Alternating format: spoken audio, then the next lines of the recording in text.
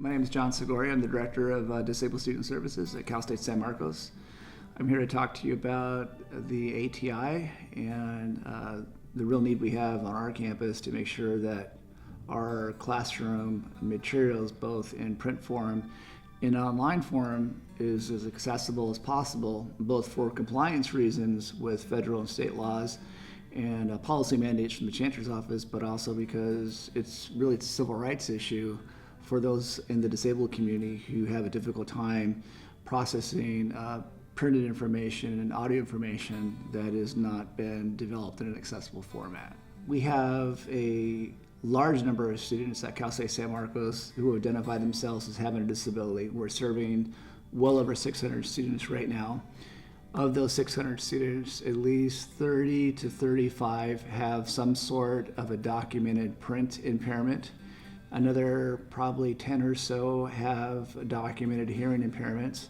So those two populations in particular are what we're targeting right now in terms of making sure that our materials are accessible in a format that allows them to partake in the academic programs that we have on this campus.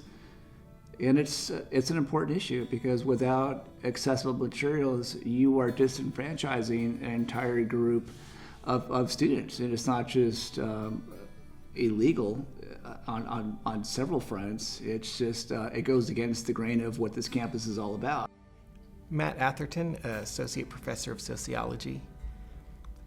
So when I first got word that I had a blind student in a fully online course over the winter intersession, it was a little intimidating at first, wondering how that could be done. But I think once I started thinking about it and really reached out to IDS for some help, the course really started to come along.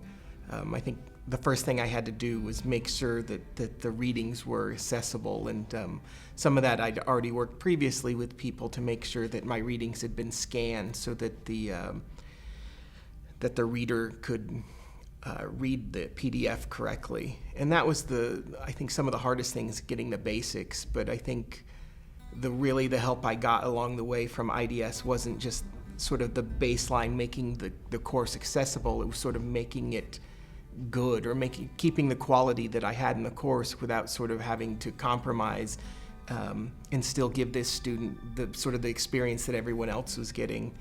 So I think that was what really, aside from just the technical help, I was able to meet with people in IDS like Jane Sim, who really helped me think through some of the assignments and what was in there that would work and what wouldn't work.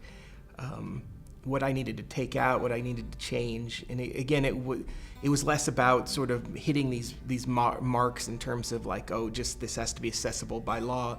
But we really had these good conversations about the content and brainstorming. Well, what if I did this? If I take out this, is this a good alternative? Or if I keep this infographic in, can I make it work in these circumstances? And that was the thing that I really liked, was from the support that I got on campus, was not just here are the things you need to do, or you're going to get, if you don't hit these, you're going to get in trouble.